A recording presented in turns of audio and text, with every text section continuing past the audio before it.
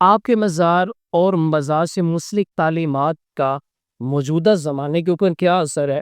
آپ کا مزار 1000 سال پرانا ہے۔ آپ کے مزار کو لاہور کی پہچان سمجھا جاتا ہے، اور اس سے منسلک جامعہ ہجویریہ کہ وہ ادارہ کہ جہاں پر دینی علوم کے اوپر خاص توجہ دی جاتی ہے، اور اس کے ساتھ ساتھ عصری علوم کے اوپر بھی، کمپیوٹر ٹیکنالوجی اور آئی ٹی کے اوپر بھی بہت زیادہ فوکس کیا جاتا ہے، توجہ دی جاتی ہے۔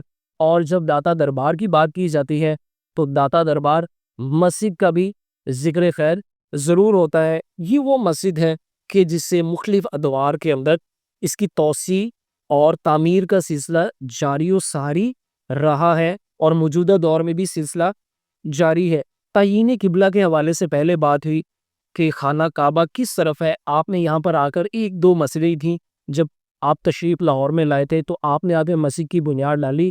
یہ ابتدائی بر صغیر پاک و ہند کی مسجدوں میں سے ایک مسجد کا شمار ہوتا ہے۔ 1960 کے بعد سے اب تک کئی مسجد کے اندر تبدیلیاں آئی ہیں، مزار کے اندر تبدیلیاں آئی ہیں۔ ہر دور کے اندر بادشاہوں نے اس کے اوپر ورک آؤٹ کیا ہے، اور رمضان میں تو بہت زیادہ رش لگ جاتا ہے، خاص طور پر جمعے میں اس قدر رش ہوتا ہے کہ مسجد میں جگہ کم پڑ جاتی ہے۔ اور آخری عشرے کا اعتکاف لاہور کی سرزمین میں، داتا کی نگری میں، ہر کسی کی خواہش ہوتی ہے کہ وہ یہاں پر اعتکاف کرے، اور اوقاف کے تحت ہزاروں کی تعداد میں اپلیکیشن سبمٹ ہوتی ہیں۔ اس کے بعد قرآن دازی کا سلسلہ ہوتا ہے، اور جن کا قرآن دازی میں نام آتا ہے صرف وہی اعتکاف کی سعادت حاصل کرتے ہیں۔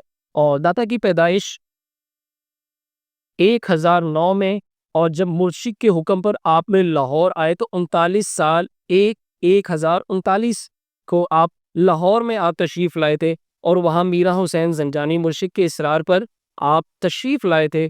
فارسی آپ کی اصل زبان تھی، اور آپ کی جو کتاب کشف المحجوب ہے یہ بھی فارسی زبان کے اندر لکھی ہوئی تھی، مگر اب اس سے کئی زبانوں کے اندر بھی ترجمے ہو گئے ہیں، جیسے کہ انگلش زبان میں بھی اس کا ترجمہ پروفیسر لنکن نے اس کا ترجمہ کیا ہے، فارسی، اردو، ہندی، بنگالی، ترکش، کئی زبانوں کے اندر اس کتاب کے تراجم ہو گئے ہیں۔ آپ کی زبان اصل تو جو ہے فارسی تھی، مگر آپ نے عربی کے اوپر بھی بہت زیادہ کام کیا ہے۔ گورنر رائے راجو جوگی سمیت کئی لوگ دائرہ اسلام کے اندر داخل ہوتے، ہندوستان سے آتے اور کلمہ پڑھ کے دائرہ اسلام کے اندر داخل ہوتے جاتے تھے، اور آپ کا فیض عالم اسلام پر پھیلتا چلا گیا۔ دربار کی مسجد کے علاوہ 27 کنال پر محیط دربار کمپلیکس ہے، جسے 99 میں تکمیل پایا تھا۔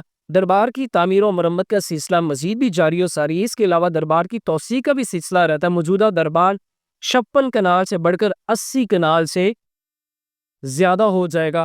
1960 جنرل ایوب خان نے مزار اور مسجد کو نئی وسعت دی، سنگ مرمر سے نئی مسجد تعمیر کروائی، مزار پر خوبصورت گنبد بنایا گیا۔ 1980 جنرل ضیاء الحق دربار کی مزید توسیع پر کام کیا، گنبد اور پتھروں کے ذریعے دیواروں پر بھی لکڑی کا کام کیا گیا، اور موجودہ دور میں جدید سہولیات، سیکیورٹی، لنگر خانے، وضو خانے، زائرین کے لیے خاص سہولتیں مہیا کی گئی ہیں۔ سالانہ عرس کے موقع پر تو بہت زیادہ رش لگ جاتا ہے، اور اگر مسجد کی چھت کی بات کی جائے اور مسجد کے میناروں کی بات کی جائے تو یہ مغلیہ دور کی عظیم شاہکار ہے۔ 16ویں اور 17ویں صدی عیسوی میں خصوصاً اکبر اور جہانگیر اور شاہ جہاں نے جو آگرہ کے اندر تاج محل بنایا تھا، وہاں پر داتا دربار مسجد کے اوپر بھی بہت خوبصورت کام کیا، اور لکڑی کا کام کیا ہوا ابھی بھی موجود ہے۔ اور مسجد کے آس پاس جو بلند ترین مینار نظر آتے ہیں یہ بھی مغلیہ دور کی عظیم شاہکار ہیں۔ اگرچہ اس کے اندر تبدیلیاں رونما ہوتی رہیں، مگر حقیقت کے اندر اگر دربار کی جو چھت ہے، حقیقت کے اندر جو کام کیا ہے ابتدائے اوائل کے اندر، وہ مغلیہ دور کا ہی کیا ہوا ہے۔